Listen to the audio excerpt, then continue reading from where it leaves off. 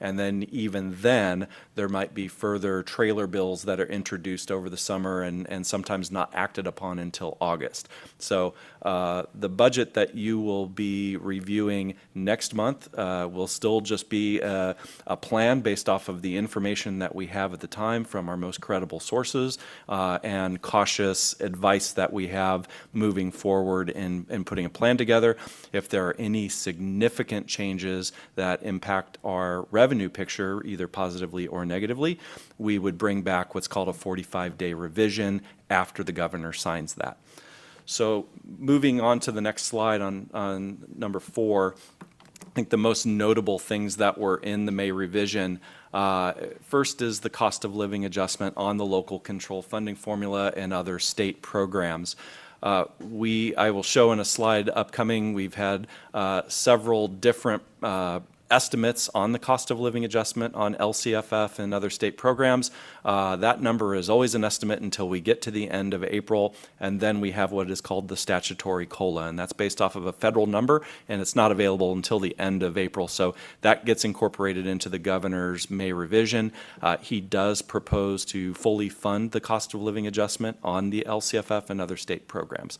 That is the lowest COLA that we've seen all year when we look at where our estimates were at the beginning of the year and the updates we've seen throughout the year, and that does have a revenue impact that I'll walk you through in just a moment.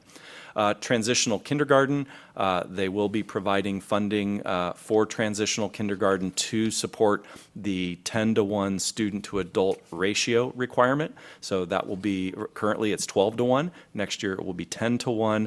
So providing funding for that program triggers that requirement.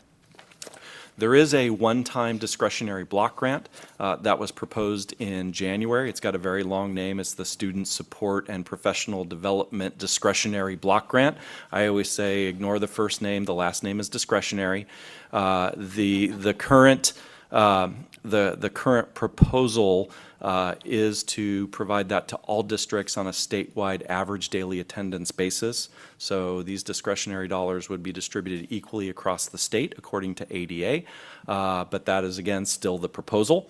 I think it's got some strong support, but we have yet to see whether the legislature in both houses will make any revisions to that proposal.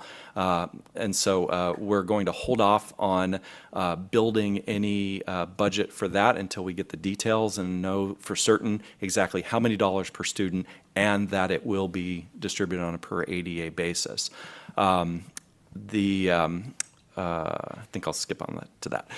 The final thing is the Proposition 98 guarantee. That's called the minimum guarantee that ensures that K-12 education should not shrink year over year, and it's based off of a number of different tests on state revenue. The Proposition 98 guarantee for the current year, the governor is recognizing that it calculates out to be a higher number than they're actually building into the budget proposal. And so on Proposition 98, they always have a 3-year roll. They look at the prior year, the current year, and the next year. And they're shooting low on the Proposition 98 guarantee. The reason why they're doing that is while state revenue is doing okay, there are great concerns that there will be less state revenue next year, and they're reluctant to build in any kind of revenue that would be ongoing, only to have it drop next year. And so in many conversations with folks up in Sacramento, these dollars would come to us if in the final certification of what that guarantee is, and it is a highly technical calculation, so don't ask me to explain it, but once the Proposition 98 level for this current year is certified next year, any of those dollars between where they estimated it at and where it comes in would come to education, and usually that's in the form of one-time money. So they're settling up for the prior year for underestimating Prop 98 revenue, and that's something that Governor Brown did routinely. He always underestimated revenue, knowing they'll get it next year and then it'll be ongoing in the next year, because coming out of the recession, he was also reluctant to build more ongoing in until they knew it was real. We think that that's more or less what the governor is proposing to do with the Proposition 98 guarantee for this current year. So we're hoping, unfortunately, we would not see that revenue until 26-27, because that would be part of the proposal to settle up when we get into 26-27. So if we can go to 2 slides forward. So a quick update on local control funding formula revenue. It's driven by 2 major factors, as the board knows. It's average daily attendance and the base and supplemental grants per student by grade span. With the 2.3% COLA, those grant amounts are increased by that percentage. However, we have fewer students in the ADA calculation in the next year. And so dollars go up, number of students go down, and that 2.3% COLA really is an effective 1.2% increase on our LCFF entitlement from this year to next year. So we don't realize the full yield of the COLA when you're declining in enrollment. And I've got a slide that demonstrates that coming up as well. The good news, though, is that we did have a slightly higher attendance yield this year than what we had in our budget. We beat it by 0.29%. So we had 95%. When we certified our P2ADA, it was 95.29. And so that now goes into the 3-year average calculation. So we actually do yield a little bit more than we otherwise would have with that just slightly lower COLA. Believe it or not, that little 0.29% is $250,000 more next year than otherwise we would have had. So going into slide number 7, these are just the major LCFF assumptions. And you can see kind of a walk down memory lane when we go back from 22-23 to the current year to what we're projecting for the next year. And you can see those COLAs and additional dollars that the state provides to the local control funding formula. That's going to fluctuate year to year to year. The idea is that it's always going to be a little bit, at least the same or a little bit higher, unless they suspend Prop 98. But you are then still looking at a decline in average daily attendance, also a drop in our unduplicated pupil count, which drives the supplemental grant. And then you see the difference between our current year local control average daily attendance and the funded local control funding formula average daily attendance. And that is because we are funded on what's called a 3-year rolling average of average daily attendance. So we look back at the last 3 years and we get the average. Actually, we get the higher of either current year, prior year, or the 3-year rolling average.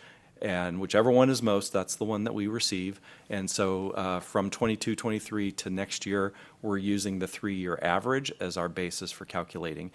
We have a multi-year scenario where maybe 2 and 3 years out, we'll be funded on current year. And that's really when, if we can increase our attendance, we'll see more revenue in that current year. If we are still on the average, that just helps our rolling average when we increase our average daily attendance.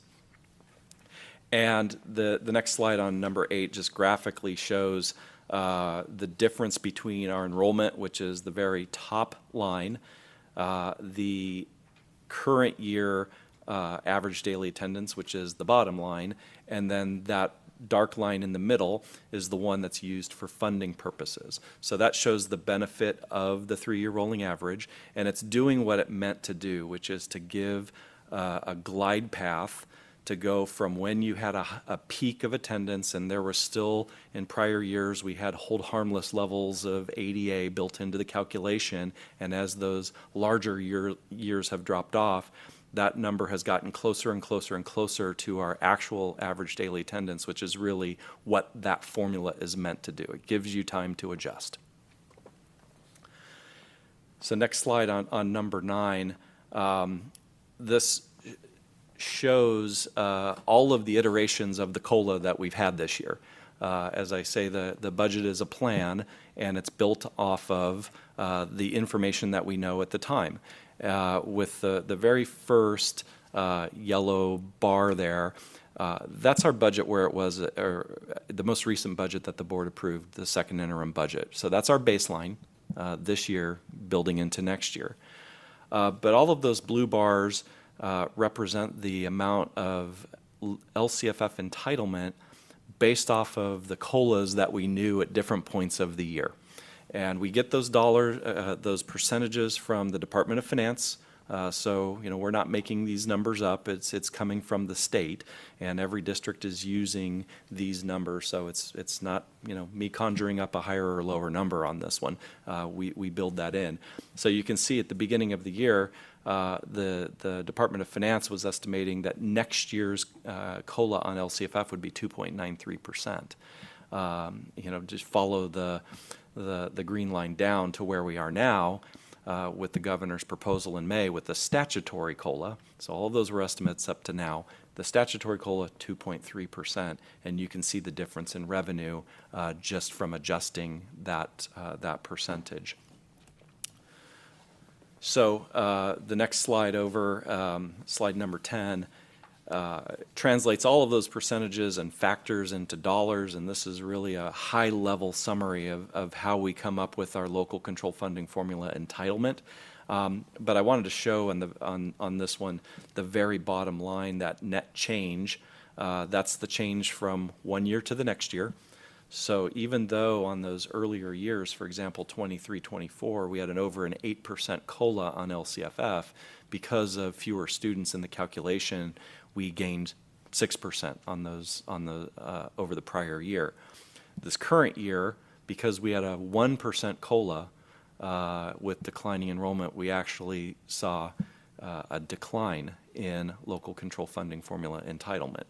So that's a negative number. Next year, as I pointed out, despite a 2.3% increase in the grant amounts, we only yield 1.2% on the revenue.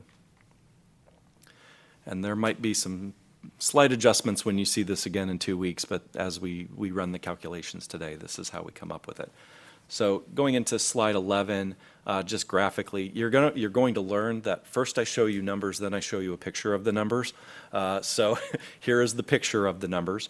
So looking at the different components of LCFF, really I think the story that this chart shows is we had a drop this year, and the increase next year just gets us back to where we were in 23-24 in terms of level of LCFF funding. Okay, moving forward 2 slides to number 13, an update on where we are with budget solutions. As the board's aware, you've adopted a resolution directing staff to implement $10 million in budget reductions for the 25-26 year and an additional $3 million in 26-27. These targets will help us achieve financial flexibility by making deep and strategic cuts early so that we can allow, hopefully, for future growth down the line. We are on track to meet the 25-26 target. Personnel actions account for about 75% of what we've been able to achieve in the budget, and we will meet the remainder of the goal in non-personnel reductions. So I thought I would show on the next slide, 14, where we're going. This is a 100% chart. So if you look at our total general fund, restricted and unrestricted, 83% of our costs are in personnel, salaries and benefits. 17% of our budget, total budget, is in non-personnel. If you look at the unrestricted general fund, which is where our target needs to be, 88% of our costs are in personnel and only 12% are in non-personnel. And in that 12% are some really major fixed costs, such as utilities, such as our insurance costs. Things that, our gasoline that we buy for our vehicles, the tires for the buses, those types of things are in that 12%. And so it gets more and more difficult as we peel away at that 12% to find things that we can reduce, because many of these things are not driven by our own decisions. But notwithstanding, for this upcoming year, well, I'll say last year 100% of the reductions were in non-personnel. This upcoming year, 75-25% split on that. Okay, moving on into the next slide, 15, just to say that we're finalizing the budget development for 25-26, incorporating actions that have been taken to date. Also, looking very carefully at all of our schools' enrollment, adjusting by grade level, by school site, both up and down depending on where the enrollment is. We also need to make sure that we adjust the budget for increases in step, column, benefits, rates, and we will update that and also incorporate that into our multi-year projection to reflect all of our known adjustment factors for the upcoming years. But as we go into this upcoming year, cost containment across the district is going to be critical once we adopt the budget, and really holding to the expenditure side of the budget and seeing where we land with the revenue side once the final budget act is implemented or is acted upon by the governor. So it's not normally my practice to put a slide in at the last moment, but we have a new slide 16 from what was posted a few days ago, because I thought I would just update with a new cost of living adjustment for the 26-27 year and 27-28 that we've received from Department of Finance. We knew the 2.3. It took us a few more days to get 3.02. And just to show the impact that these fractions of percents have on a revenue picture that is this large in a district that's this large. And so when the board was contemplating the level of reductions for next year, and the interim CBO was walking you through reductions that needed to be made, that was really based on the information that we had at first interim. So showing where we were at first interim to where we are now at the May revision, and just what those changes, very basic in the COLA, average daily attendance, and what that yields with our LCFF revenue, you can see that now going into the next year, our revenue picture is almost $1.8 million less than what we thought it would be back in December, which was the prior budget that you had been looking at when you were going into the budget workshops in the early spring. Then that lowers the base, and the percentages that are applied on top of that are on a lower base. And we've had another reduction in the estimated COLA. Now as we look at 26, 27, 27, 8, these are estimates. These numbers will change, maybe plus, maybe minus. We don't know, but these will change. But the best estimate that we have right now is the 3.02%, and it's on a lower projection of average daily attendance based off of our current enrollment projections, which yields another $5.8 million less revenue than where we thought it would be back in December. And then that compounding effect and that cumulative effect that has, that over 3 years, we have $13 million less in revenue over that $3 million or 3-year period than we had assumed under different circumstances back at first interim. So this is an updated budget picture. Again, we are working on both the revenue and the expenditure side of the budget. And again, these numbers might vary slightly when we bring them forward for the final budget adoption. But just wanted to give that context of just these little bits of information that we get do change the revenue picture significantly as we go into the next year. But we do have time to adjust this, and we will still be continuing this conversation as we go into 25, 26 to make adjustments for 26, 27. So this really is the first, me saying this conversation isn't over with the $3 million that we had looked at, unless we receive different information either on our enrollment or on the cost of living adjustment or our just rainfall of dollars from Sacramento if the economy booms. So, any one of those things can change that picture over the next few years. So next steps. Sorry, Eric, Sure. So I have a question about this. Let's just make sure that we have a correct understanding. So basically, if the projections hold up, we are in a further hole of $13 million over the 3 years. Now, we've already fixed the budget reduction target for the first year, which means that we will have 2 years to make up this $13 million, so $6.5 million each. Next year, we have already targeted $3 million. So in essence, to balance the budget by end of 28, we would need to reduce $9.5 million next year. So 9.5 to balance at 28. Is that correct? Yeah, we're still working on the multi-year projection to look Right. at that, but I will say, yes, we would need to increase the targets, over the next 2-year period, and, we can have discussions as we go into the next year of how do we accomplish that, just like we did earlier this year, and, well, as you started last year, of, how do we get to the point where we have a balanced budget? Even if we do receive a significant one-time allocation next year, that will only mask the issue of having an imbalance between ongoing revenue and ongoing expenditures that we will need to address. It might buy us some time, but we will have to address it before those dollars expire. At some point, all of this one-time money will no longer be one time. It'll either be ongoing or it won't exist. So, what we can do is give you the best information that we have at the time to make those decisions, over the upcoming year and the 2 out years. So at least currently, given the most current information that we have, it's looking like next year we're going to have to cut almost as much as we cut this year.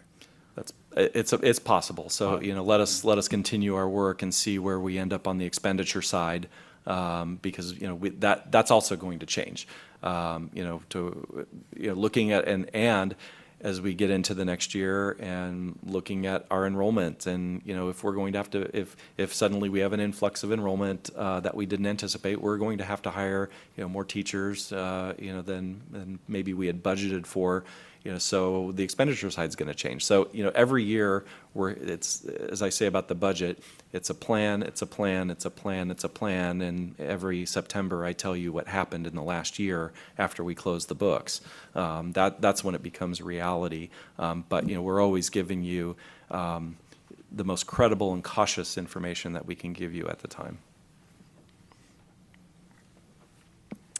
So, final slide is just the next steps. As I mentioned, the public hearing and the first read of the proposed budget will be at the June 5th meeting with the meeting for adoption on June 17th. We will follow the Budget Act and the trailer bills very closely through August, and should there be significant increases in revenue, increases or decreases in revenue, then that would necessitate what we call a 45-day revision. So we would target the August meeting, depending on what day the governor signs it, but really we would be targeting the August 14th meeting for that 45-day revision. And with that, I'm happy to answer any questions. Go ahead. So David's just looking at these numbers. I'm looking at, besides the COLA and that, and the ADA not going up and down, that doesn't include if any of the facility maintenance that we have, or if the federal government doesn't, which it's saying in some, depending on who you're listening to, that there's going to be a funding stop on some of those funds. That's not included in here. And we definitely have facility needs that are very high priced. So these numbers could double or triple if something breaks over the summer. Correct. This is not So included. that's what I'm saying. Yeah, we're not I just including. want to make sure people know that, so that's not us being fiscally irresponsible. These are things that are going to happen or could happen, and they're definitely going to happen if in 2 to 3 years out for sure. Like those kind of things. Correct. Okay. a procedural type of question here on this slide, and then a couple comments. The public hearing portion of the first read, I've never quite fully understood that.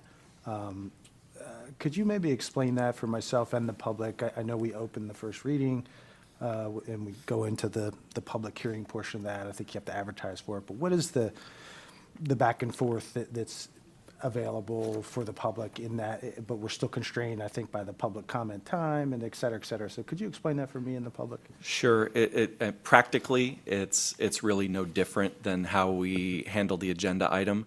It is just termed a public hearing because it is advertised, in the local paper that we will be having the first read of the budget in a public hearing. So it is an opportunity, just like any other agenda item that we have. If somebody wants to make comment, they can do that. It just happens to be called a public hearing.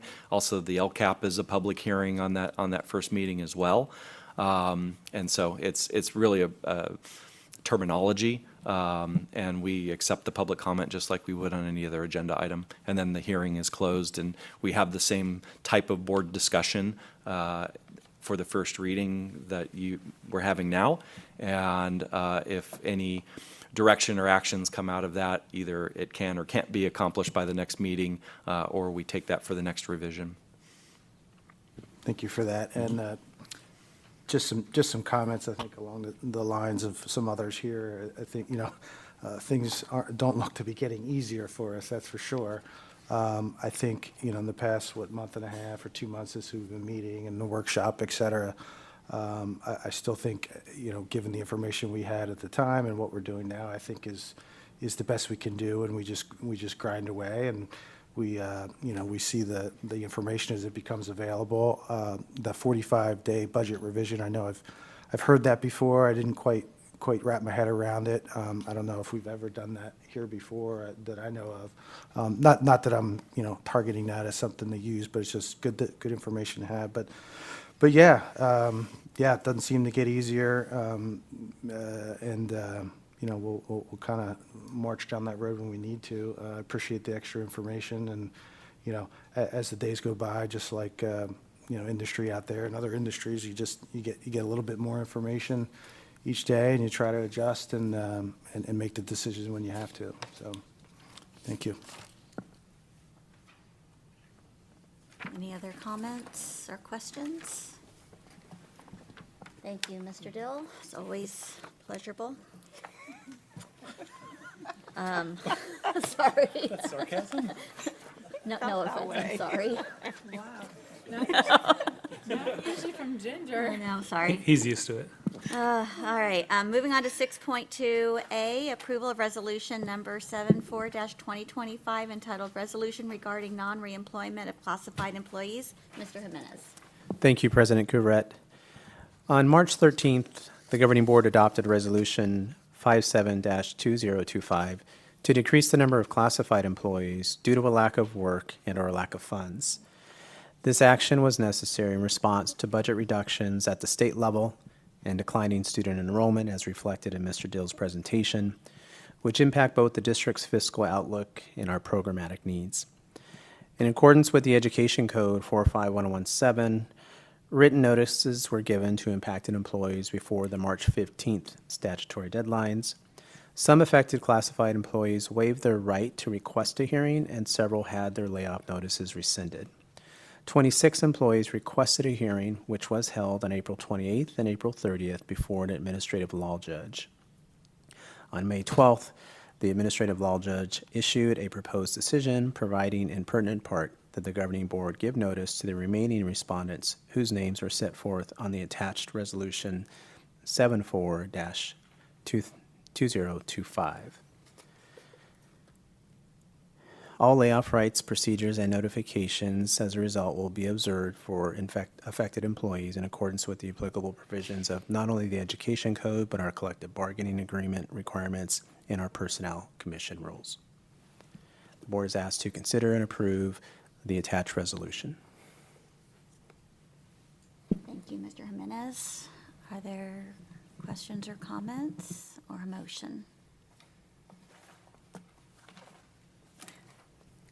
Just a comment that I was interested in discussing some of these positions, at least one, but I'm feeling a little down in the mouth after your presentation, Mr. Dill.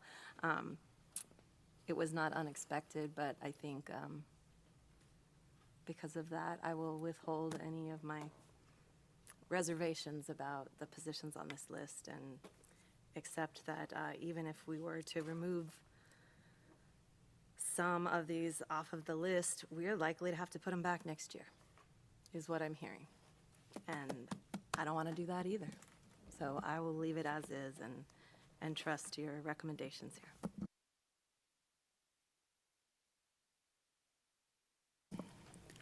I still need a motion. I'm sorry. This is not a fun one. Oh, I just want to make a comment, then I'll make the motion. So for those that were not aware, last month the board adopted to remove the SSAs from the list, and therefore all SSAs have been removed from this list. That's correct? Yes, that's correct. Okay. So anyways, just for those members of the public that didn't catch it last month. So I'll go ahead and make the motion. Thank you. Motion by David. Can I have a second? I'll second. Second by Mr. Dockery. And with that, I need a vote. All those in favor? Aye. Motion does carry 6-0. Thank you.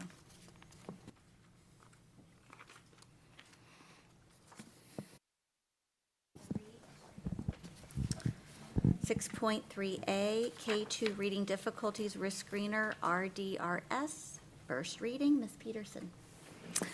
Thank you, Madam President. Earlier this year, the California State Legislature passed Senate Bill 114 for local education agencies to adopt approved screeners and begin annual universal screening of kindergarten, first, and second grade students during the 25-26 school year. As part of the Senate bill, the state-mandated screener will help to recognize students who may be at risk for reading difficulties early on, ensuring they receive the support they need to thrive. And tonight, we bring the recommended screener forward for a first read. Thank you very much. Are there some questions? Sure. I'm pleased to hear that our dyslexia community was part of this and is very supportive of this. And I'm not pleased that we have another unfunded mandate from the state. Makes our job harder every time they do it, and here's a great example of it. Something that we don't necessarily oppose this, but we sure would like additional funding to make it happen. Agree.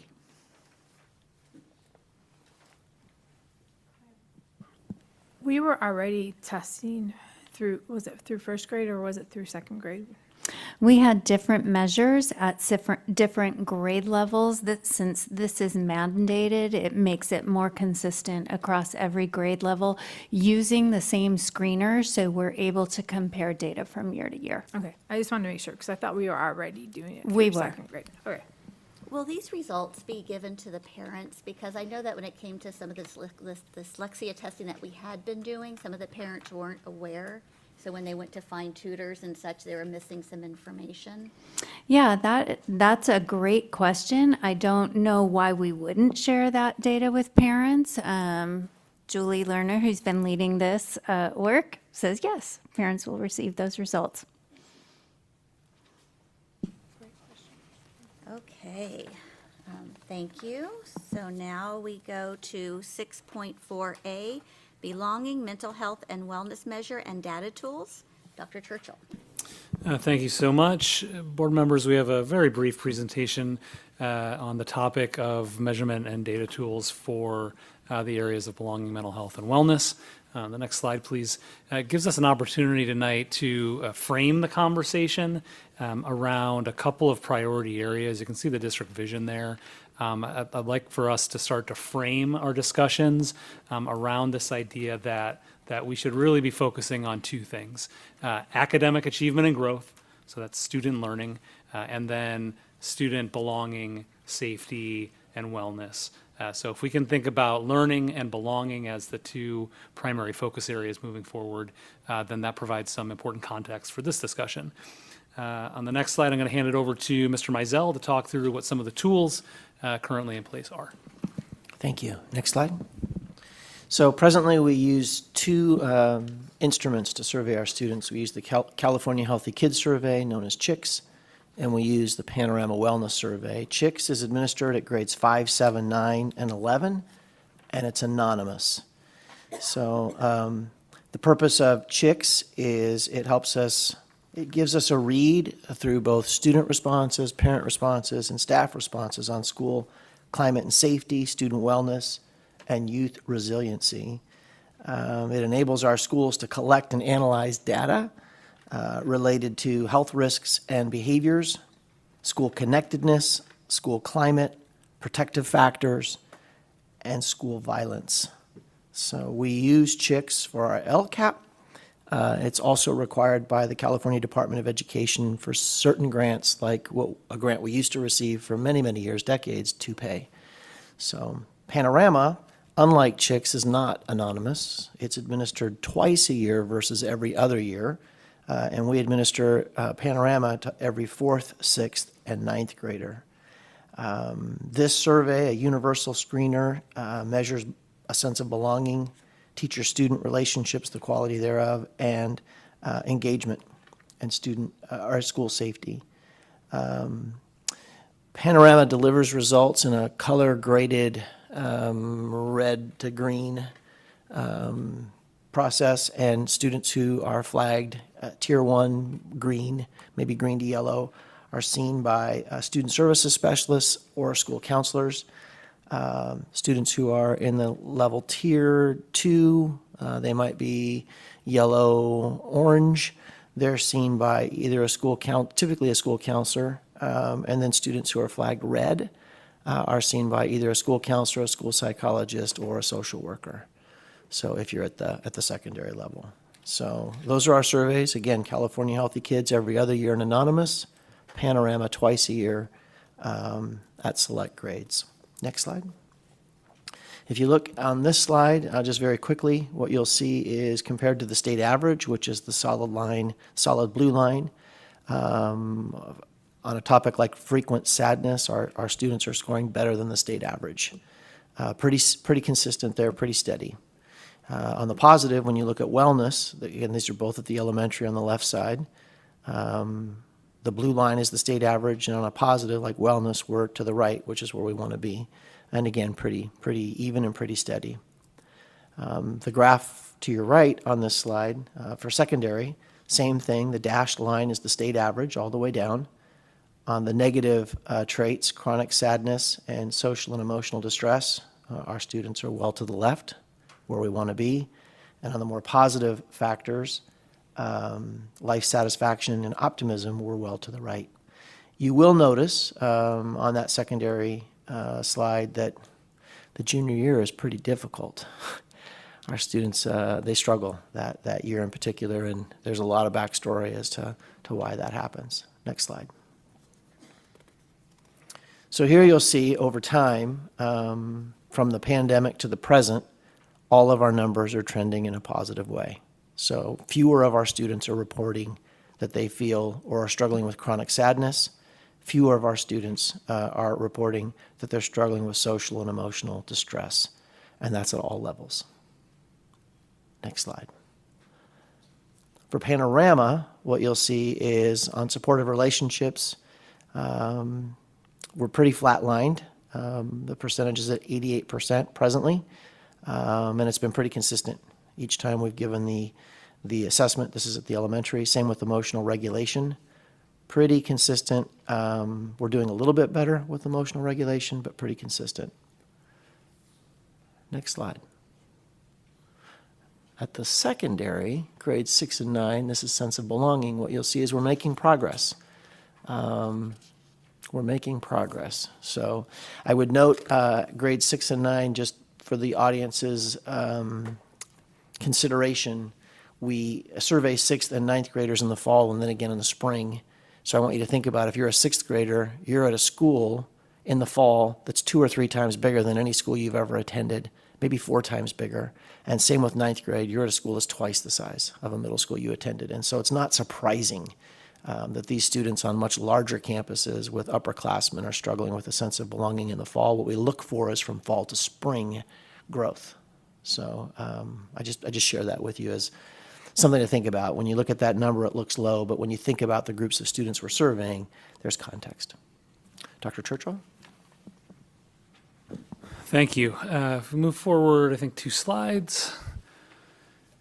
So as we're thinking about ways to use data to make decisions and to support our students, and as we look at the data tools available on the mental health and wellness side, we would argue that there are limitations to the tools we're currently using.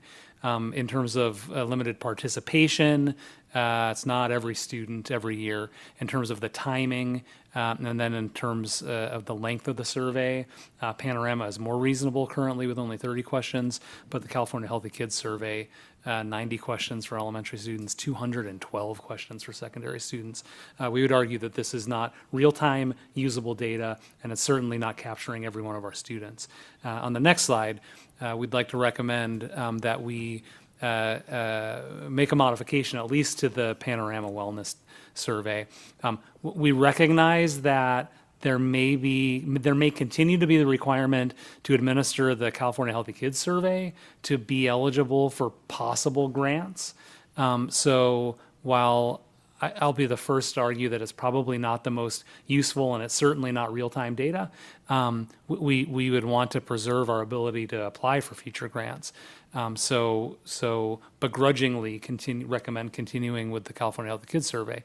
But in terms of the Panorama piece, we'd like to argue that in order to provide actionable real-time information, that we could do it a little differently. Perhaps we administer 4 times per year. Perhaps we include all students in grades 3 through 12. And perhaps we simplify the survey such that we maybe have a maximum of 10 questions. I'd argue if we look at 3 areas, school safety, sense of belonging, and supportive relationships. And if we ask 2 to 3 questions in each of those areas, if we're asking every student 4 times a year their perception in these areas, I think we'll start to have a pretty good view into our students' perceptions. And that then can help us in real time make decisions about intervention.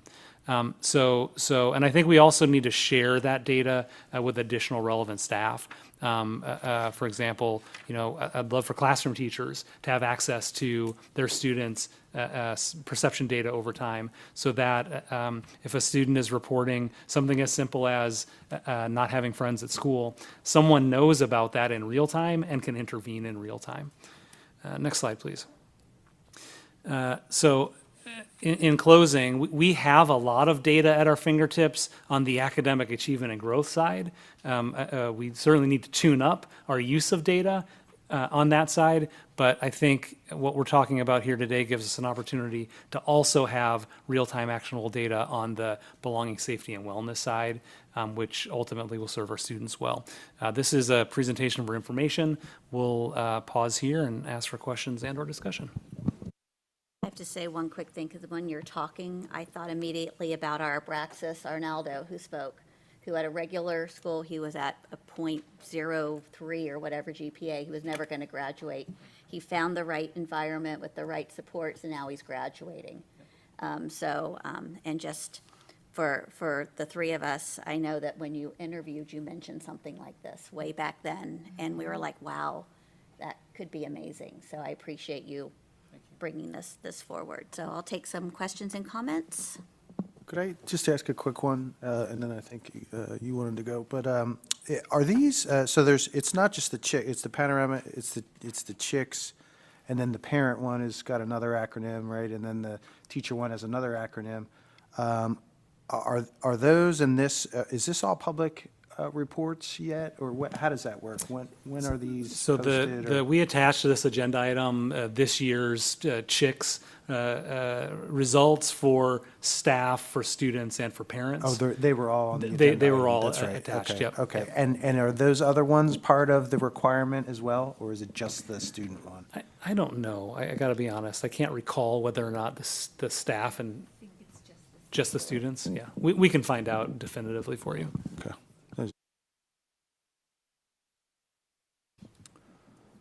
So thank you. So thank you for the presentation, and I agree with your recommendations. Although I might find the data, like the chicks data, I personally probably find it a little more helpful than maybe you or your staff find it. And I actually don't like the way they summarize this. Actually, so they have some summary pages on there, and I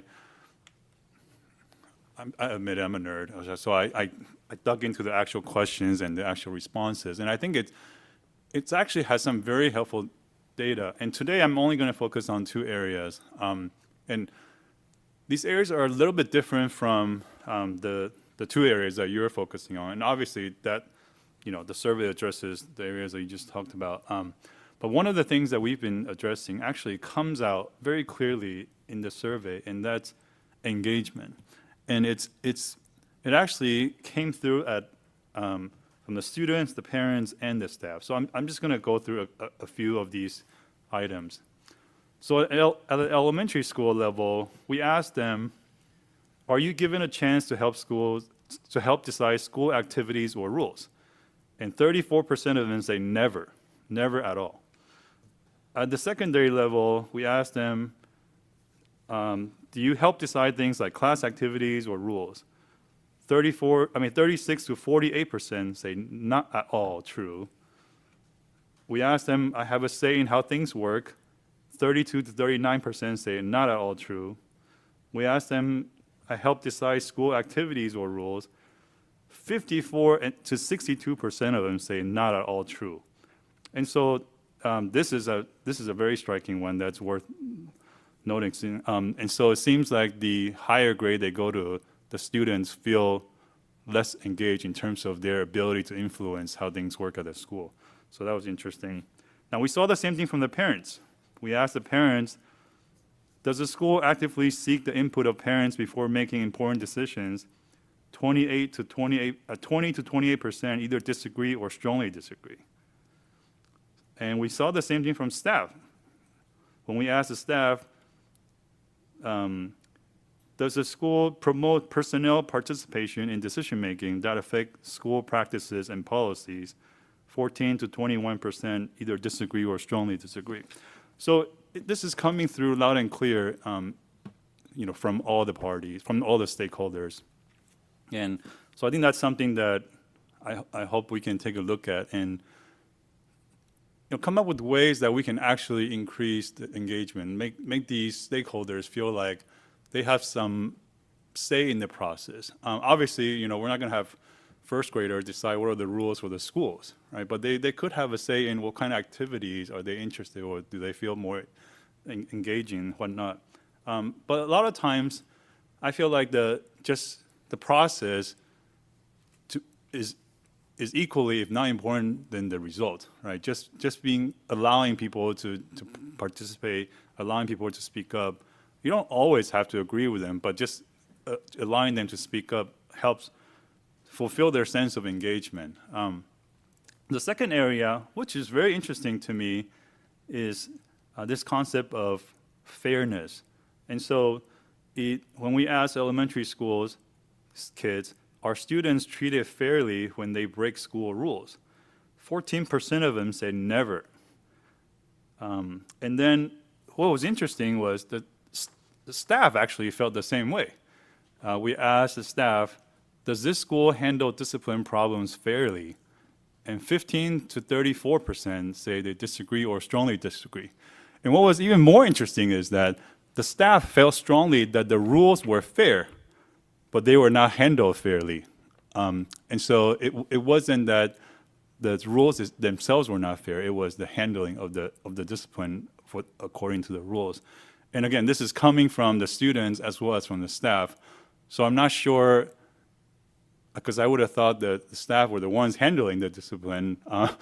So I'm not sure why the staff themselves felt they weren't being handled fairly. But that's an interesting finding that came through as well. So anyways, like I said, I'm a data nerd, but a lot of information I think could be helpful for us as we figure out, well, what are some areas we could potentially improve on?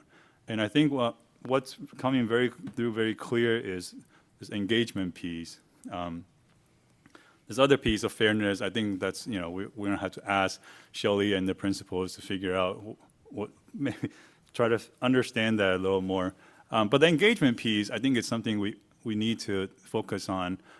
I think a few of us have spoken about that as well. And so I'll let others go, but I'm hoping that staff can come back with some recommendations on what is it that we can do to improve engagement for all the parties. But we'll get back to that. Bring up some good points, and one thing about chicks is being every 2 years. Kids, I think they don't really know how to necessarily answer a test properly or things like that. By doing it more frequently, we can actually maybe even adjust some questions to get better answers out of it versus something that's asked just every 2 years. So then you can actually do something with that data, which, like you said, you brought up, that's important. So I think it'd be interesting to take a look at the engagement and then ask appropriate questions 4 times a year to see if we can get that number up and somehow work on different ways to engage the kids. So it's interesting. Yeah, David, thanks for that. It's some of that stuck out at me as well as I went through all the surveys. A couple points I wanted to make, and Superintendent Churchill, we talked a little bit about this, and I love data too, and I love the fact that we're bringing on someone that can sort through this stuff and have a specialty in that. That's great to see. But I do sometimes go back and forth, especially with surveys, and I've had comments on this before, but surveys just, sometimes you can get the survey fatigue, and like you were saying, so many questions, and I think at times we just need to be cautious we don't over-survey. I think right now we are over-surveyed in every place possible. That's not to say all this data is not worth looking at, but I like the approach of maybe streamlining and paring down a little bit, making some more specific type of surveying. So that's that, and then to the point of engagement and more specifically, I did spend some time in the parent survey, but as far as parent involvement, I just wanted to read a little blurb. It's actually in the front end of the report, which is the California organization with I forget the acronym, and then I think WestEd, right?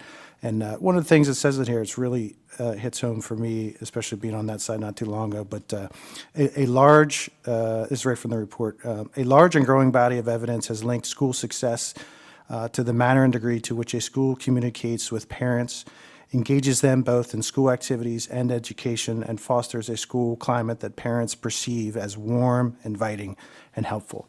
And I think that I read that and it really kind of hit for me, and not to say that we don't in a lot of places, right? But I think that's, to me, that kind of hits to I've said this before to some others, like a kind of a service level that we need to provide internally, right, amongst departments, from schools and principals to parents, and from principals to volunteer organizations, and there is some great warmth and inviting and helpfulness, but I want to make sure that we keep that in the forefront at all times, because I agree with that. Thank you.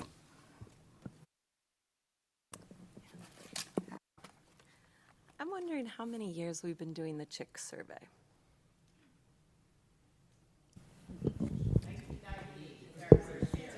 I was going to say Cindy Hicks knows.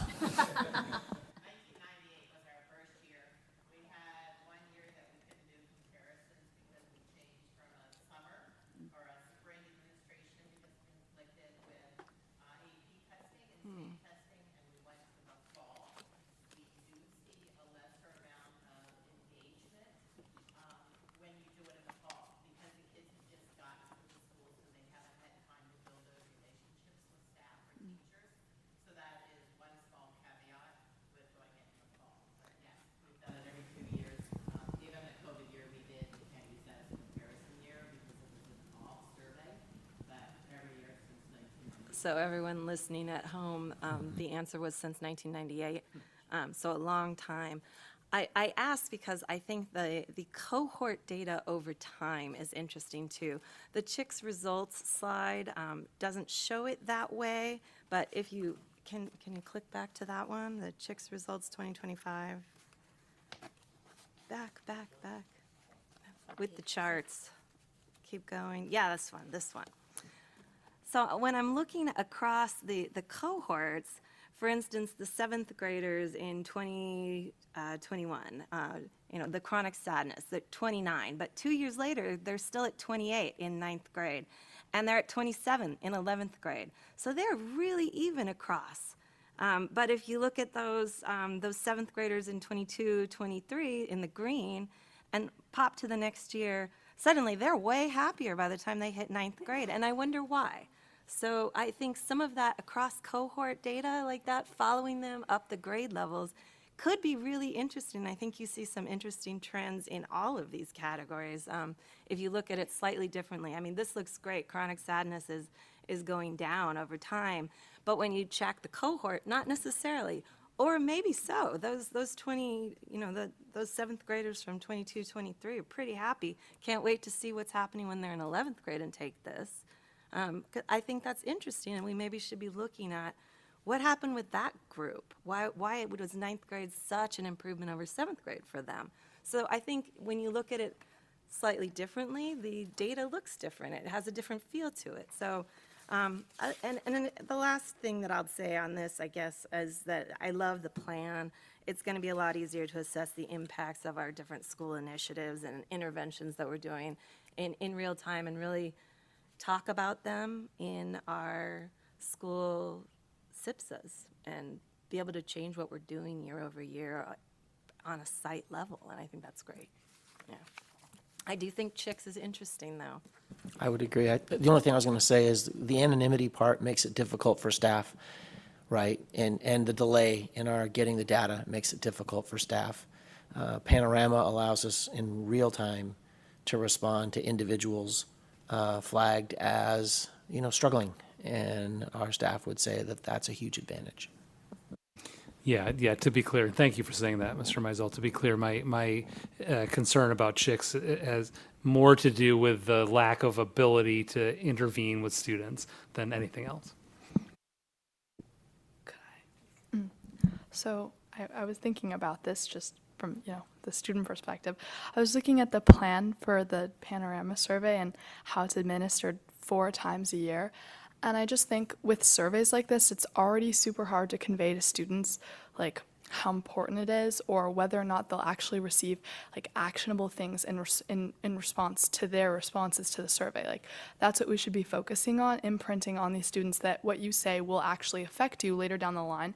And I think that, I don't know where 4 I came from. I know it was previously administered 2 times a year. I'm just thinking like 4 times a year, every single grade level for 9 grade levels, 36 surveys. Like, I don't know, to a certain extent where you have your answers memorized. So like, okay, I'm a 7 in this, I'm an 8 in that. Like, yes, no, disagree, strongly disagree. I just think like survey fatigue is a big deal, but it's with surveys with a lot of questions, that's certainly a thing. By the time you get to question 27, you're like, please kill me now. But with something like this, a student hears that it's 4 times a year and I have to take this over and over and over. I just don't know where the effectiveness would be to the information per student. Like, would they be answering honestly? Would they be answering accurately if they're taking it that many times a year? And how would you emphasize to them that every time they take the survey, something's actually going to impact them, something's going to change? Like, I feel like that's where we should be focusing on rather than just surveying more times, like emphasizing the importance of each survey. I don't know if that makes sense, but yeah. Do the students know Panorama is not confidential? Oh, yeah, I would definitely agree then with Ms. Skiley that especially as they get older, and you're giving it to them 4 times, you're going to get less accurate information when you're talking about mental wellness.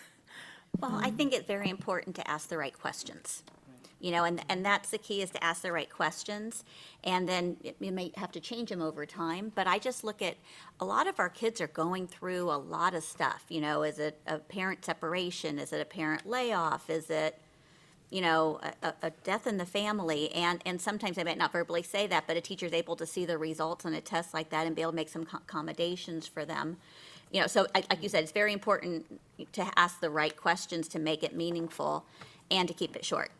The last thing we want is 100 questions like that other one, so.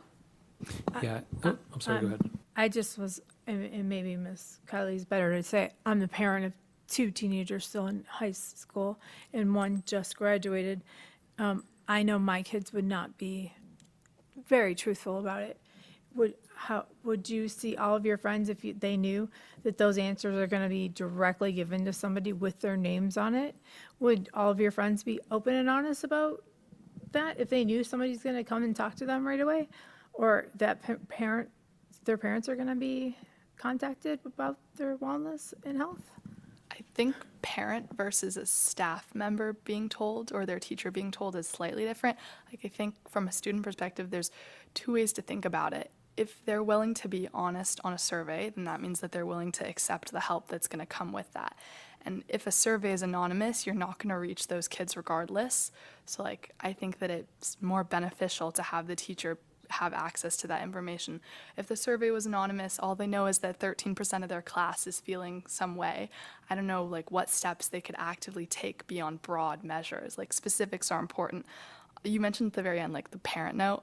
I think certainly if we were telling kids that this information was going to be passed to their parents, you would decrease the accuracy of the survey by a lot. And I think that in general, the survey isn't going to be super accurate because kids aren't very forthcoming. And also, it's hard to understand your own emotions even as an adult. So I can't imagine how accurately they can understand them when they're younger. But if you have a kid that says they're super sad all the time, like, that's important. So as much information as we can get, I think, is good. But I would say, like, having it non-anonymous to teachers but not having it disclosed to parents would be the best way to navigate through that.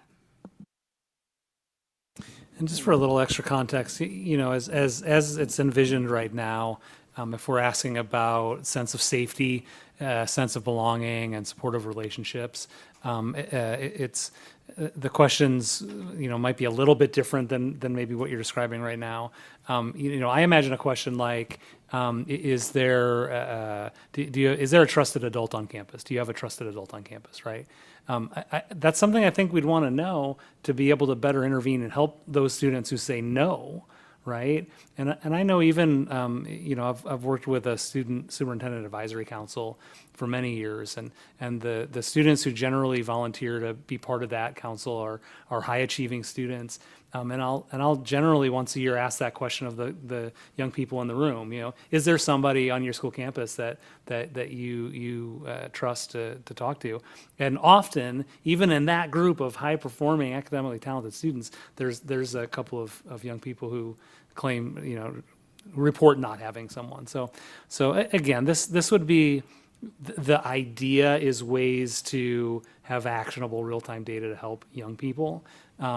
We can spend some time in the fall pulling together what it looks like. Maybe the cadence changes. Maybe it's not 4, maybe it's 3, right? Maybe it's 6 questions that takes a minute and a half instead of 10 questions that takes 3 minutes, right? We can dial in on all of that, but I think it's worthwhile to at least engage in a discussion with a group of folks to see what we can do. So, thank you. So just a quick thing about, there are reasons and well-researched reasons for why a lot of surveys are done anonymously, obviously. For example, if you're asking kids if the rules are being enforced fairly in the school and it's not anonymous, the answers would change very different than if it's anonymous. And so, you know, I think for different purposes, we can use different tools. So the wellness question, the belonging questions, yeah, we need more real-time data. But for questions about, like, what is the level of engagement, you know, or how fairly do you perceive things are being done, we don't necessarily need real-time data. We just need to know this is how the student body, the parents, and the staff. And certainly, if this survey was not anonymous, like staff and parent participation would be very different, right? So I think these tools all provide helpful data for us as we move forward. And so I don't know, I'm hoping that we can have a follow-up session where we can have some recommendations from Dr. Church, your team, on what action items you guys can see coming out of these surveys that, whether it's to address engagement or to address any of the other things that we've talked about. Do you need us to make a motion and do that, or is that? No, I mean, I think if there's general consensus among the board to have some future discussion, we can talk about that. I think we'll have opportunity through the LCAP process to talk about engagement, and as we move into the new school year, I think certainly we can think about it. I would like us, both through the LCAP process and beyond, to spend some time honing in on those few things that we think are most important. I've got a slide in a different presentation with a quote from Steve Jobs talking about, you need to say no to some things so that you can be really good at a few number of things. He says it better than I just said it. But I think it would be very important for us to hone in on what's most important. And if that engagement piece is one of those things, which it very, very well might be, then we can absolutely start to come back with some recommendations for addressing it. So that was a long way of saying yes. Anything else on this topic, or should we move on? Okay, that puts us to 6.5A, updated board policies, first reading from Dr. Churchill. Thank you. On this one, I believe there are 4 board policies for a first reading. Yep, there we are. 2 in the 3,000 series, 1 in the 4,000 series, and 1 in the 9,000 series. Happy to answer any questions. Just an amendment to offer on Board Policy 3280 in the second paragraph. That sentence there is not, that doesn't flow. It has some typos, and I'd like to fix it for the second reading. The sentence that starts, "when required by law." We've got some commas and no or, and we need to fix that up. That doesn't flow. It's grammatically incorrect. If we could fix that, take that one to a second reading.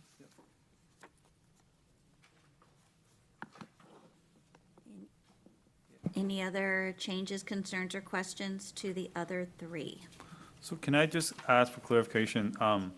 For all 4 of these, are the only changes CSBA recommendations, or are there any additional changes? I believe these are all the CSBA recommended changes. Okay, and are we using their language, or is there some of our own language, or is it purely their language? Unless someone tells me otherwise, I'm under the impression that this is their language as recommended. Okay, so then Cheryl has a problem with CSBA's lawyers then, if it's CSBA. I think maybe I've mentioned that before, actually.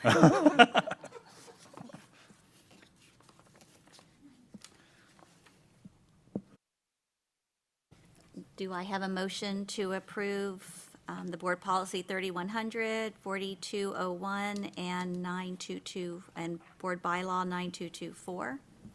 Oh, is this the first reading? Well, but we can go ahead and move it on if we want to go ahead and if we want to make a, I'm doing the 3 with the exception, I pulled out the board policy 3280. Do I have a motion to approve the other 3? As the first reading and waive the second reading? Yep. Motion to approve? All right, a motion by Mr. Dockery. Is there a second? I'll second. Okay, a second by Mr. Chang. All those in favor? Aye. Aye. It passes 6-0, and again, that excludes 3280, which will be next month, or next meeting. All right. Now we move to 6.5B, new board policy, first reading. Dr. Churchill. Thank you. This is in the 4,000 series. This is recommended to align with some requirements in Government Code, Education Code, Penal Code, and the Code of Civil Procedures. It is not currently in our board policies, and we recommend adding it. And yes, this is entirely language from CSBA. Just a quick one on is there any sense or just a rough figure? Like, are there a lot of CSBA recommended things that we don't have that, I don't need a perfect number, but like, is it 10? Is it 50? Like, are there things we don't? It's probably not 50. It's probably less than that. I'm certain there's a number of policies that. Dozen or so? Yeah, maybe? that probably, So- right? That's probably reasonable. 1 dozen, 2 dozen maximum would be my guess. And as things come up or as it's recommended heavily from a new law or something like that, that's when we'll kind of trickle those in. That's what we're really trying to focus on now is compliance with any laws that have changed or come into being, yes. Yeah, thank you.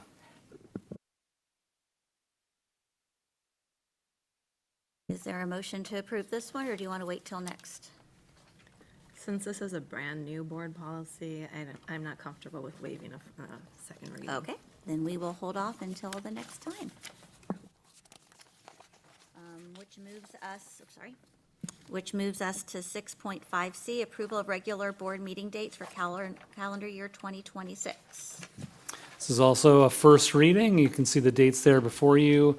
Ultimately, you would be bringing this back for approval in December, so we've got lots of time, but this is helpful for planning purposes. A question, is the December date correct? Because the last 2 years, we have not done that correctly. So, Yes, we believe we've threaded the needle, but on this particular one, Just generally, yes, at issue is the requirement for the first interim budget presentation, and then on years where there is a board election, there's also a timeline for seating the board members. So, and unfortunately, those timelines conflict sometimes. So, we believe Tuesday, December 15th is good, right? All right. okay, just want to make sure. Okay. That takes us to board reports. Ms. Kiley. Over this past month, I found myself in a lot of student-centered spaces, so I just want to reflect on those. So I had the opportunity, this is not chronological order, I had the opportunity to celebrate student scholar athlete achievements at the Breakfast of Champions event, which recognized PUSD's scholar athletes, Mr. Chang's daughter being one of them. This event was especially meaningful because it showcased students who excel not only in their respective sports, but also in the classroom. And I love to see that around PUSD as a former student athlete myself. And it reminded me of the diverse talents within our student community and how PUSD will continue to foster talents like this. Another highlight of the month was certainly visiting Garden Road Elementary School for their leadership showcase. I received a handwritten note, so that really touched my heart. It's like almost gonna cry. It was so sweet. I tried to find the boy who wrote it, but I couldn't reach him. So it was heartening to see how engaged and passionate even elementary school students were about their project. And they were young leaders, and I'm sure that they'll grow up to be amazing individuals. They're already amazing individuals. I also attended Del Norte Dance Team's concert, so it was great to see local participation in the arts, especially since it was my own school that I was supporting. I also had the chance to meet with Leanne Fan, our incoming student board member. We began working together already because I have some things that I would love to pass off to her, including the creation of a student-centered social media page for the student board member that will allow more direct and transparent communication between students and the student board representative. So we want to more accurately reflect student voice at a grassroots level rather than just through like ASB communications. So that's mainly me right now, but I'm hoping to pass it on to Leanne. And then on a more celebratory note, as you heard earlier, prom season has arrived. I did have my prom at SeaWorld and it did rain, but it was still fun. And alongside prom, preparations for graduation are in full swing. This time of year is always bittersweet. So yeah, that's my month. Thank you. All right, just some quick updates on each of the areas that I talk about every month. On financial health, obviously we're continuing to go through the difficult layoffs, and of course, thanks to Mr. Dill, we got more disappointing news about the state budget, and sounds like we are going to have a difficult year next year as well if things don't change. I just want to quickly address something. You know, if staff is feeling like they're being asked to do more with less, I think the truth is that we are. And, you know, it's not just the staff. We're asking of that from everyone, from Dr. Churchill all the way down to every single staff, because that's the difficult reality we live in at this point. We are going to have to do more with less, and in order to be able to continue to help PUSD thrive. And so we ask that, you know, everyone trust the leadership, and that, you know, we're all doing our best. Leadership will do their best as well to try to take us through these challenging financial times.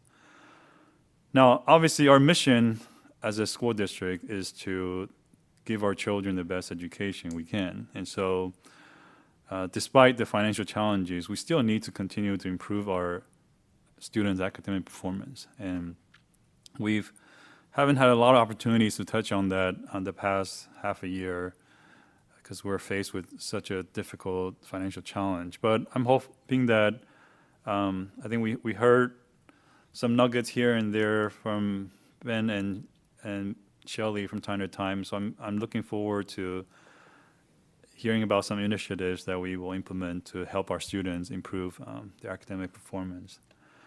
Lastly, on transparency and engagement, I have already spoken to this today. I think the survey results do show us that we certainly have some improvement to do there in the engagement space.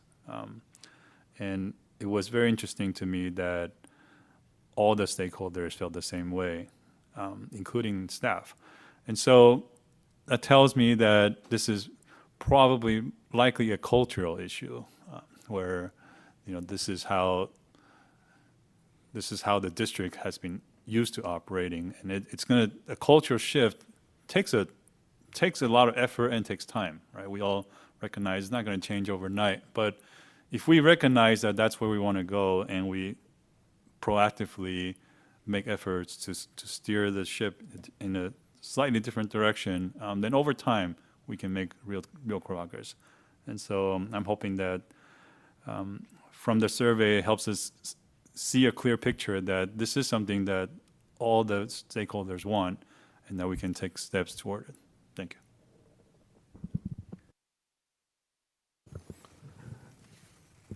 My report's a little shorter tonight, and I'll keep it sort of lighthearted, but I appreciate your comments, David, and I support many of those. And I'll just a couple words about the budget. You know, similar to what I said a little earlier. I think we just you know, we keep grinding away.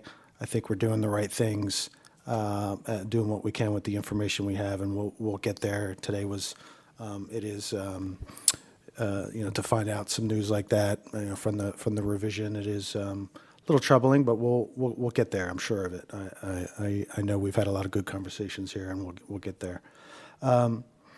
As far as some of I've had a good time the last, you know, call it month and a half, going to some different events and really trying to understand and talk to members of the community and at the schools, and just a few things I wanted to mention here. Again, just kind of keep it a lighthearted. Was invited to a Hindu community event, the Guru Vandana, on Teacher Appreciation Week, and David was there as well, and it was really touching. It was good to see a lot of teachers and principals there were invited to celebrate and be recognized, and it was really touching, really cool event, and I appreciated that. And last week I went to the again, in terms of sort of getting an understanding of the student body that I'm not around as much in the elementary school, but I went to the Mount Carmel High School Baseball Senior Day. I saw Principal Yael there. That was wonderful, and seeing some of those players, take their last at bat, and just kind of brought back memories of the past. And those are important. It was against Del Norte actually too. So, it was brought back memories, and that's such an important time of the year, for these seniors. So that was really cool. The spelling bee, a few of us were at last week in this room here, and that was good to see those elementary school students stepping up there and getting in front of folks, and a really cool event, and I appreciated being invited to that. To participate from the PTA. I wanted to give a thanks to the foundation team for the golf event that they put on, raising money for the foundation, and just went and said a few things. Josue was there, and Ginger, and seeing those folks put together that event to raise money for the foundation was wonderful. A lot of hard work there, so thanks to them. And then, last but not least, on the events was the breakfast of champions that we all went to. I'm sure we'll all probably kind of mention that, but man, what a amazing group of students. From an athletic point of view, and 4.3 GPAs and state champions, and just incredible group of young students. Was just amazing to see, and a couple lucky winners there. The scholarship, unfortunately, David's daughter didn't win that one, but two great athletic student athletes was just wonderful. And then last but not least, I'll just end with saying, and I've mentioned this a number of times. I believe that site leadership is where it all starts. I've said it to other board members and here, and to Superintendent Churchill, and I'm excited to see another round of, ultimately I'd like to see no principals leave, right, and have longer tenured, and that's where I think we're heading. But for the ones that were approved tonight, and looking at the resumes and hearing the things that they've done, and the confidence that staff has in them, I'm really encouraged for that. And I'd love to see you stay for 5, 6, 7 years at those sites, and really make improvements, and see them sustainable, and being able to hand off at some time to someone in the future. So I just wanted to say, I don't know that many of them are here still, but good luck to those folks. I wish you luck, and I hope, to some of the comments earlier, I hope we can see some longevity there in site leadership. So good luck to you all, and that's all I have tonight. Thank you. So I'll try to get through my board report without being emotional. This past Saturday, I attended the annual IEP Day in San Diego to hear speakers on a variety of topics that covered parents and staff at the start of the journey of an IEP, from tiny kids to all the way up into later adulthood. Our own program specialist, too, Megan Harkin Holcomb, was there, along with members of our CAC and our newly elected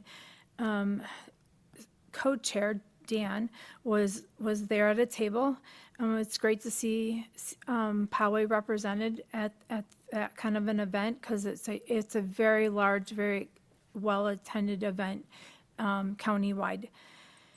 And it was, the topic this year was inclusive practices and next steps after school.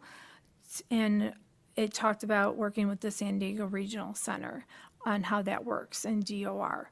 So it was fantastic. I left a little bit early, though, to get home, and drove a little bit faster than I should have probably, because of then my next topic. I want to give a special shout out to Greg Mizell. The first time I met Greg Mizell, he was standing off to the side at a CIC meeting. Just didn't know who he was. I was a member of the CIC, and he had come to talk to us about inclusive practices. didn't know what that term was, but I knew I had just bought my house here in RB to get my child into a special day class. And he had come to discuss with this very large group of people how he was going to get rid of special day classes. And I quickly, after a break, he came over and he said, "You're my target audience. You're going to be the one I'm going to sell because you looked open to it." He said, "You don't look happy about it though." And I said, "But you're going to be my target audience." So because of that, is why I want to give him the special shout out. His staff, Tiffany King and Stephen Whitaker, oversee the Empower campus, which is at Rancho Bernardo High School, with the help of Hans Becker. Their prom was on Saturday as well. We didn't have to deal with the rain. We had to deal with being in Gaslamp and the Padres game all being at the same time. So the roads were all barricaded to get to the prom. So that was an interesting experience. Rancho Bernardo High School did not do what a lot of district or in the county did. They didn't have a separate prom. They didn't have a best buddies prom. They were having one prom. That's been since Hans Beck took over. It's been 5 years now since Dave left to come here to the DO, and Hans has made sure that at every event there's always been inclusive at everything. And we, the board, just last month voted to make sure that that could happen across the district, that there would be special needs adults to take care of special needs students. So when my son had asked a friend to go to the prom, it was because he's in a special day class in Power. It was a shock to his teachers. They were like, "You're going to let him go to the prom?" And I'm like, "Yeah, he wants to go. So we're going to drop him off." He had a suit, he got a tux, and his friend was going. So it became a learning experience in this classroom of the special day class. These were 2 kids that were going, and by the end of 2 weeks that they were selling tickets, 8 kids ended up getting to go. Most of those kids, I think 6 out of the 6 other kids, 5 of them had never been to another event, even on campus. So it was outside. They'd never been to a school dance. They'd never been to a game. They had never been to anything. So they used it as a learning lesson in their life skills part of their classroom day. The staff on Saturday had showed up, and they had opened the gates, and they had a party for the kids for pre-prom. And they got dressed together, they got pictures together, and we all met. Then they all went to Olive Gardens. We had to quickly, my husband and I, change our reservation from 2 to 8. And from there, we carpooled 2 caravans of SUVs down to the prom. We knew they weren't going to make it till 11. We'd never planned on that, but we knew the carloads were going to vote. You were coming home in the 2 carloads. But these kids had the best time ever. They didn't go as special needs kids. They went as RB Broncos to their senior proms and their junior proms. And I know I sent pictures to some of the staff here. Those kids are never going to forget that night. And as long as they live, they had the best time ever. And I know for all of us parents that were standing there when they left, we are never going to forget that. And so for that, I wanted to thank, again, Tiffany King and Stephen Whitaker, their teachers, Kyle Luciani, Sherry Hughes, Kristen Julians, and Tiffany Rivera. So thank you. And that ends my board report for that night. You might not have cried, but maybe I was. Okay, so I'll just dive into something non-emotional.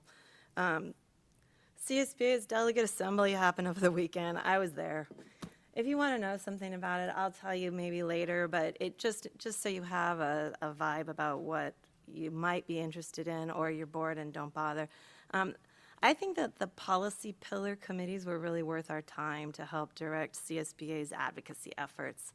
The topics in those included cell phone policies, which we're going to have to discuss sometime before January, I believe, under the new state law. Practices and protocols to facilitate effective meetings, closing achievement gaps, and the one I was part of, federal education funding. So I should throw a quick shout out since everyone's been on you. Thank you for helping me prepare for that meeting. Couldn't have done it without you, Mr. Dill. You were great. Helped me participate fully, giving me a lot of numbers, and that was helpful. And it turns out our federal funding levels and programs are pretty common across the state, but not universal.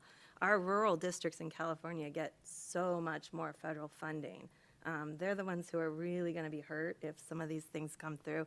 I mean, even 2% of our budget is going to hurt. But wow, the rural districts could be in real trouble.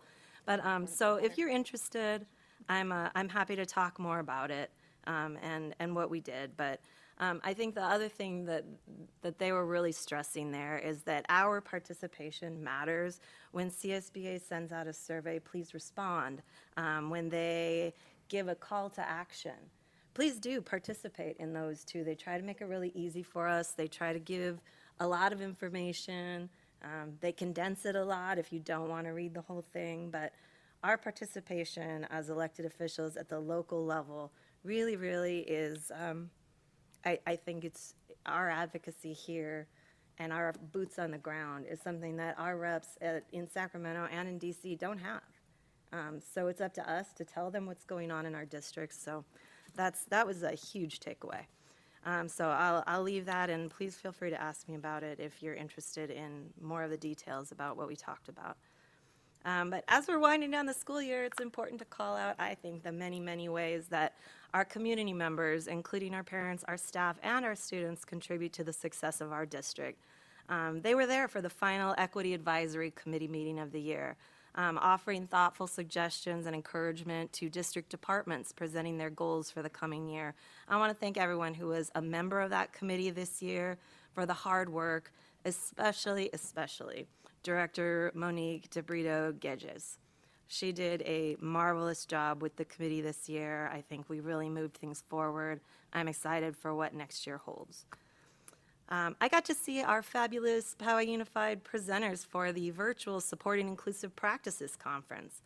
For 2 days, we focused on the undeniable benefits of creating a culture of inclusion in schools and communities. Mr. Mizell never had to convince me. But they talked about that culture of inclusion and how to do it. Our own PUSD teachers, Heather Green and Nicole Hosmer, presented on California's new preschool and TK learning foundations.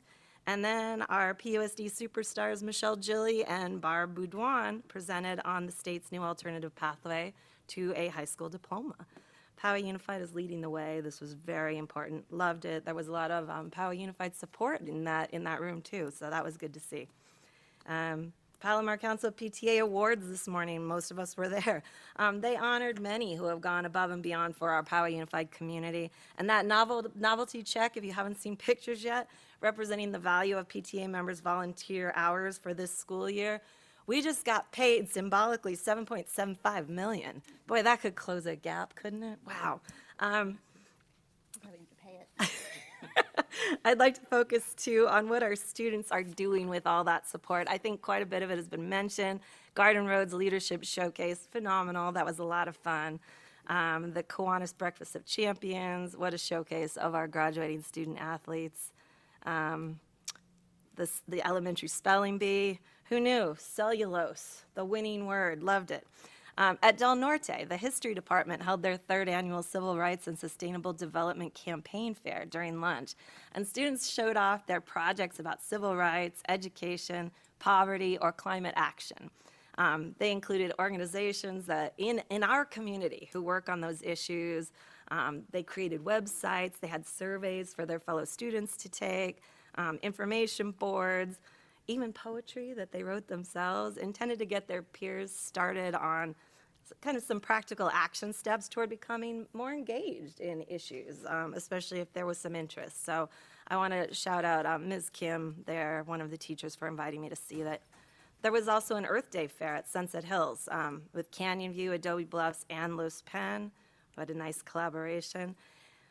And I want to close out with, my favorite thing, our drama in our district. I was at Westview for their spring play, Little Women. Our students are fabulous and talented and so worth the $15 price of admission. And if you need any proof of that, we have 2 Poway Unified actors nominated for the Broadway San Diego Awards this year. Corinne Milling played Cinderella in Poway High's musical, and Chloe Flores played Mary Poppins in Mount Carmel's. This is the 2nd nomination for both of these ladies. And the awards are Sunday night. I know I'll be watching and cheering. 16 school days left. Stay strong. We got this. So one thing about going last is I kind of attended many of the functions, so I'll keep mine very short. Just a few high points. I got to go to salute the teachers, where the teachers of the year from the different districts were there. And I got to spend time with Alyssa Roscoe and Carissa Jones-Fletcher. And it was wonderful to spend time and talk about what they're dealing with in their classrooms, how they need further support, how creative they are to get the kids engaged and excited about learning, and just how they go above and beyond, but also how they talk about their fellow teachers and say, it's not just us. We are surrounded by amazing teachers in our district, and it was really exciting to spend time with these remarkable ladies. I attended the Eye on Art at Poway High School, and it was a very interesting collage. We had an area of photography, an area of graphic arts, but what was remarkable is the teacher who does the painting and drawing, she had a display windows. And she actually had her kids in the display windows painting and sculpting while we walked by. It was just like being in New York at Christmas time and watching the art happen. So talk about creativity. It was just fantastic. Breakfast with the Champions was great. So many times our athletic student athletes are such leaders and are such positive role models in their schools. And we had incredible speeches by our superintendent and also a police officer who overcame just an amazing recovery. And it was just a wonderful night to celebrate. And I just want to congratulate all of our seniors who've worked hard to get different scholarships. The Poway Foundation, speaking about the Poway Foundation, that was the largest fundraiser that they had. They help us be able to give our kids hands-on opportunities. Unfortunately, as you saw with their budget, we can't afford to do certain things for our students as far as internships go, as far as a lot of the CTE hands-on, because it's just more expensive. So our partnerships with our community really allow us to expand opportunities for our kids and give them real-life experiences. So thank you to all our contributors to the Poway Foundation. And then the PTA, I wanted to say the 7.7. I had it written down in everything. But, as we talk about parent engagement, join your PTA, keep the PTAs alive. We're losing PTAs every single year, and they're getting smaller, and the handful of people who are working so hard to keep these things going for our kids is dwindling. And so if you don't feel like you're engaged, join your PTA. They need you, and they will put you to work, and the people that you're there will become your best friends because they're absolutely remarkable. So thank you to our PTAs. And as Ms. O'Connor-Radcliffe says, stay strong to the end. I know the weather is beautiful, but stay in school. We need the ADA. And it's on to you. Thank you. I'll second the support for the PTAs. I was at the breakfast this morning as well, and it was great to have the opportunity to thank our PTA and PTSA leaders because they really are doing exceptional work in our schools. The Breakfast of Champions was mentioned. I want to also extend congratulations and celebration to our student athletes. We have champions in the following areas: at Del Norte, girls track and field D1 champs, and boys single and mixed doubles badminton CIF champs. At Mount Carmel, boys track and field D2 champs, and girls swim D2 CIF champs. And finally, Rancho Bernardo, boys track and field D1 CIF champs, girls lacrosse D2 CIF champs, and girls single badminton CIF champs. And we'll continue to publicize and celebrate those. Finally, 14 PUSD students were named as winners in the 70th Annual National Merit Scholarship Program. These students were selected out of more than 15,000 finalists based on a combination of their accomplishments, skills, and potential. Their names have been, I think, shared in some social media posts. Congratulations to all of them. Thank you. And with that, we're at number 9, adjournment. And the next meeting will be on Thursday, June 5th, 2025 at 6 p.m. right here. And the time is 8:39. Good night, guys.